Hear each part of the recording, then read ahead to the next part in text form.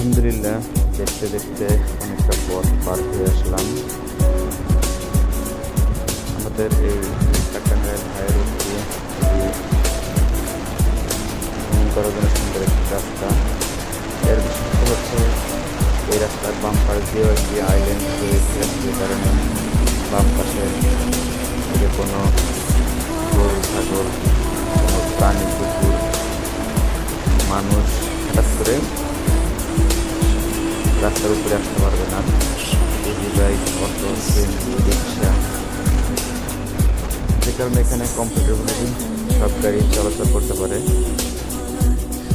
অন্যান্য জেলায় রোড ভালো হলেও সেখানে একটা ঝুঁকি থেকে যায়। এখানে কি পরিমাণ একটু কম।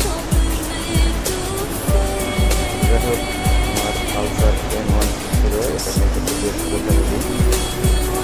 এই গাড়িটা আমার খুবই কমফোর্টেবল মনে হয়।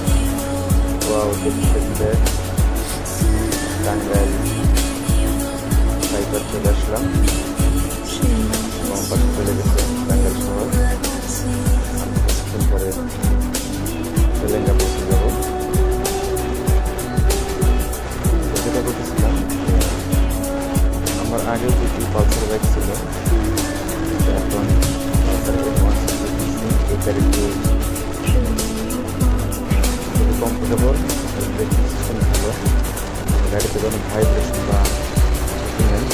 বড় গাড়ির বাইকে সাধারণত যে কোনো বাইক গেলে বড় গাড়ির বাম পাশের বাইকে একটা টান চুম্বকের মতো একটা আকর্ষণ হয়, দোলানো হয়। কিন্তু আমার এই বাইকটি যে কোনো বড় গাড়ির বাইক দিয়ে 100 কিলোমিটার গতিতে যদি যাওয়া হয়, সেক্ষেত্রে গাড়িতে কোনো ধরনের দোলানি বা অন্য কোনো অনুভূতি হয় না, পড়ে যাওয়ার কোনো আশঙ্কা নেই। এই গাড়িটি অনেক ওজন, কিন্তু যখন রাইড করা হয় তখন ওজন বোঝা যায় না। ইঞ্জিন বন্ধ করা অবস্থায় যখন হাতে ধরে রাখা হয় বা মুভমেন্ট করানো হয়, তখন বোঝা যায় গাড়িটা ওজন। বেশি ওজনের গাড়ি একটা সুবিধা হচ্ছে এই গাড়িগুলা বাতাসে চলাচল কম করে। একটা জায়গায় আমি একটু বাতাসের চাপ অনুভব করছি, সেটা হচ্ছে পদ্মা সেতুর উপরে।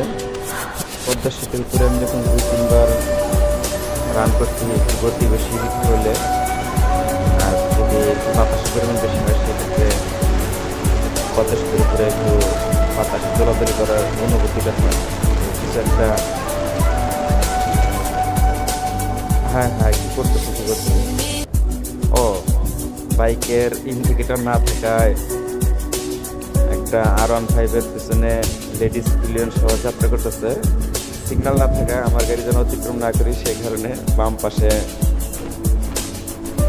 মেয়েটি পা নামে দিয়ে সিগন্যালটা বোঝাইলো। এটা হচ্ছে আধুনিক যুগে ম্যানুয়াল সিগন্যাল, মানুষ কর্তৃক হাত পা দিয়ে তৈরি সিগন্যাল। আমরা যেরকম হাত দিয়া রাইডাররা ডানে বামে সিগন্যাল দিই, ইভেন পা দিয়ে সিগন্যাল দিয়ে দিল যাতে অতিক্রম না করি। এটা খুবই একটা ইন্টারেস্টিং বিষয়, আনকমন বিষয়। যাই যে যেভাবে করে তার নিরাপত্তার জন্য বা অন্য নিরাপত্তার জন্য সংকেত দিয়ে চলাচল করবে, এটাই রাইডারদের জন্য ভালো।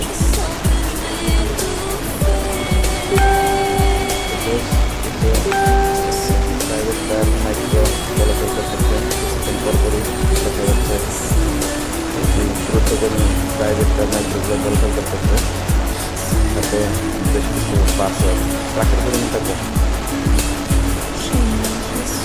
আর এর হচ্ছে কোনো অটো রিক্সা সিএনজি নাই, যে কারণে রাইড করে আরও স্বাচ্ছন্দ্য। একটা সিএনজি পাওয়া যায়, যেমন একটা সিএনজি তার বামে রাস্তা থাকা সত্ত্বেও সে হাই রোডে উঠছে, সে অনুমতি ব্যক্তি রেখে নিষিদ্ধভাবে চলে আসছে।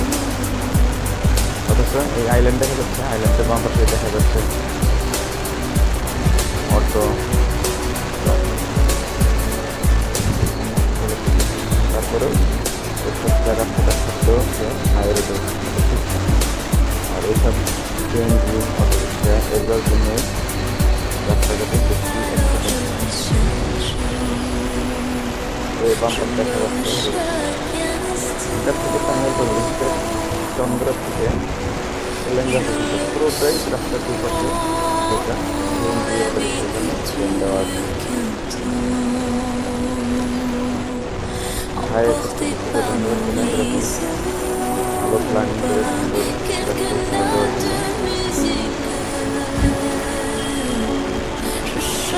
সারা দেশে এভাবে চিন্তা করে রোড নির্মাণ করা হতো, অটো রিক্সা যন্ত্রণায় বাইকাররা এখন